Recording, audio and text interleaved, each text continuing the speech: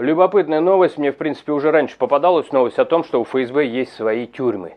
Вот, но это было незаконно. Да, и на это приходили жалобы, пока однажды не попалась тюрьма под Питером. Я так сам немножко разобрал, пришел к выводу, ну, единственно напрашивающемуся, что то была тюрьма Следственного комитета. Ну вот как-то так мне показалось. Почему? Потому что Следственный комитет, ну как-то все отчитались так. Я очень кратко. Кто-то помнит, наверное, эту историю. Там про Шенгелей было связано. Ну я свое рассмотрение проводил, сейчас не буду уж очень подробно. Суть в том, что, короче, какая-то тюрьма под землей, причем с крематорием. И Следственный комитет взял и закопал ее. Я сделал очевидный вывод, что она ему и принадлежит, потому что отмазывались, что это чей-то участок. Все никак не найдут чей. Потом как-то вот логически вроде подошли, что это Шенгеля, а это, кстати говоря, профессиональный свидетель Следственного комитета, через него ночного губернатора закрывали.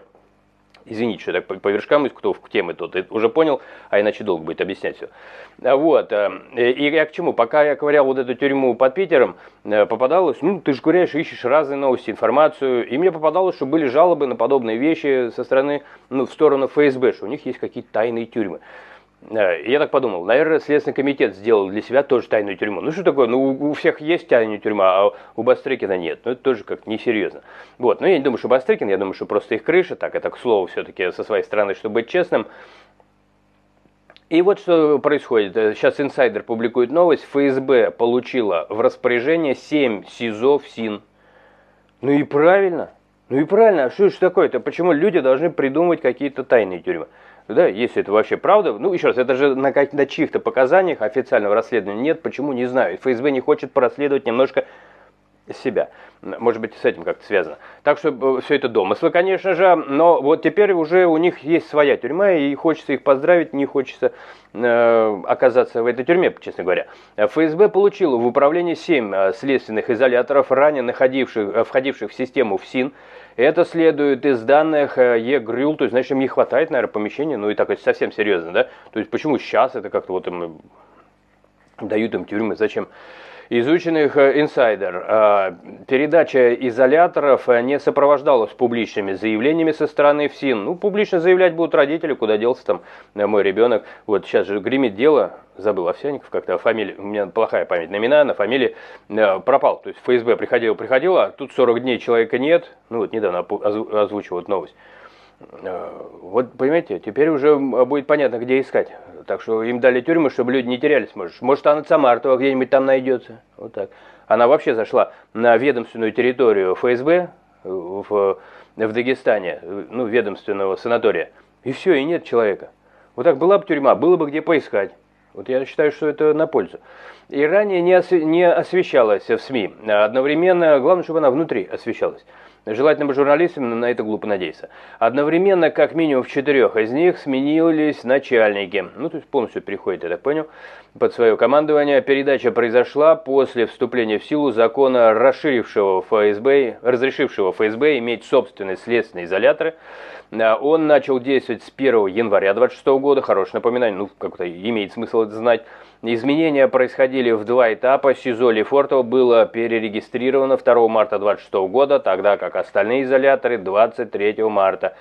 Они даже перечисляются, может кому-то, не дай бог, понадобится, но чтобы вы знали, СИЗО-2 в СИН Москва, Лефортово, СИЗО-3 в СИН России, Санкт-Петербург, СИЗО-4 в СИН России, Ростов-на-Дону, Краснодарский 5-й следственный, Владикавказ это 6-й, Челябинск 7-й и Симферополь 8-й, СИЗО-8 в СИН, ну так написано, не очень понимаю, как все это работает, эти названия.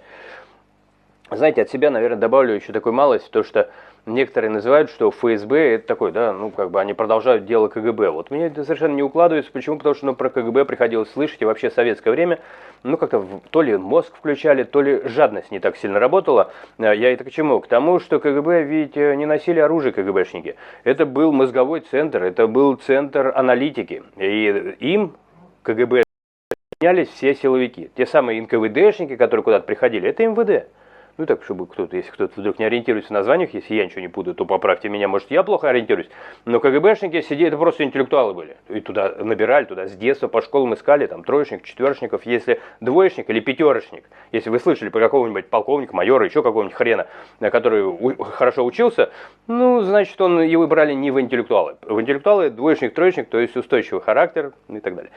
Там про Штирлица посмотрите, поймете, там характер уделяется вниманием. То есть устойчивый. Но не дебил, то есть не двоечник, и не халуй, то есть не пятерочник. То есть, да не обидится на меня пятерочники, бывают исключения, гений, наверное, может быть.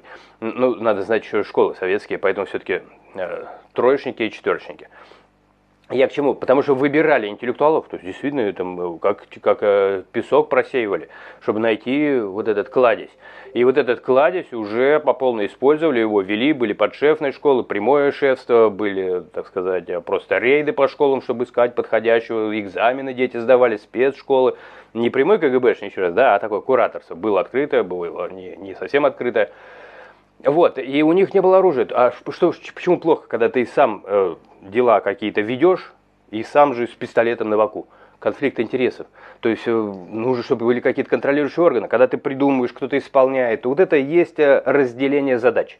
Так было. А сейчас, получается, ФСБ и дела ведут, и сами их заводят, и сами с пистолетиком бегают. Сколько уже случаев? Вот его кураторы взорвали. А кто будет проверять? Никто. А теперь еще и тюрьма своя. Ребят мои дорогие, ну здесь еще раз, здесь уже вообще не про конфликт интересов. Это судья Дред. Осталось еще только им суды отдать.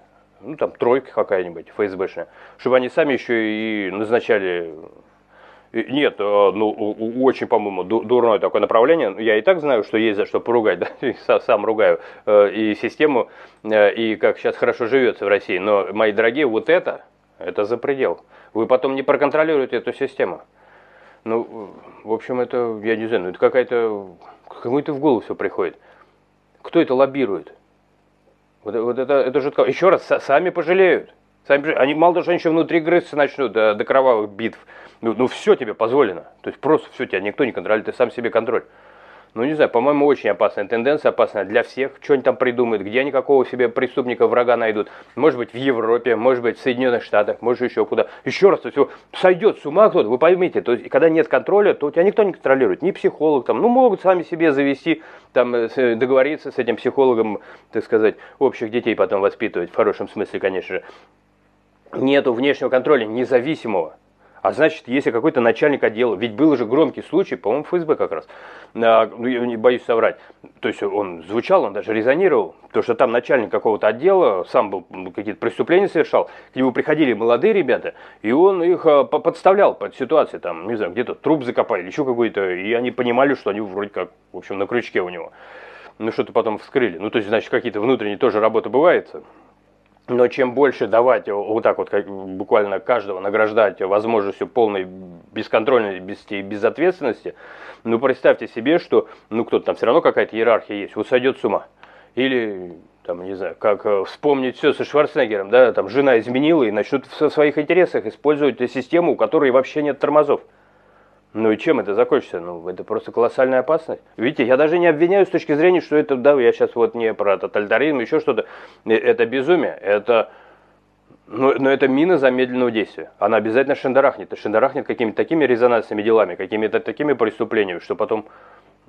Ну, в общем, до чего-то нехорошего доведет. Ну, как мне кажется, не хочется просто перечислять все возможности нехорошие. А когда в этом случае, понимаете, когда вас не контролируют, то вас и... как бы сказать, идеологически тоже никто не сможет защитить. Проницаемость хороша, как свежая кровь, да, когда вы все равно общаетесь с обществом, там, да с кем бы то ни было, и вы закрылись уже в закрытую систему, в закрытой системе газ становится инертным, вы еще и слабыми начнете становиться. Ну так, если бы я к ФСБ обращался, впрочем, это уже, наверное, выглядит наивно. Берегите себя с такими системами, уже надо осторожно, причем здесь просто защищаться, вне зависимости от того, какие бы они себе не придумали цели, может быть, самые идеальные, но нету внешнего самоконтроля, нету надзорных органов. Это танк, искусственный интеллект, недоработанный, но патроны уже зарядили. Куда шмальнет, вообще хрен его знает. Это как, помните, мультик какой-то был, когда сделали танк, который читает мысли? Вот что-то подобное. И все, а у него задачи поставили, забыли там переключить просто тумблеры. И все, а потом, кто потом-то переключит? Танк всех расшмалял в этом мультике. Такой хороший мультик был, помнится.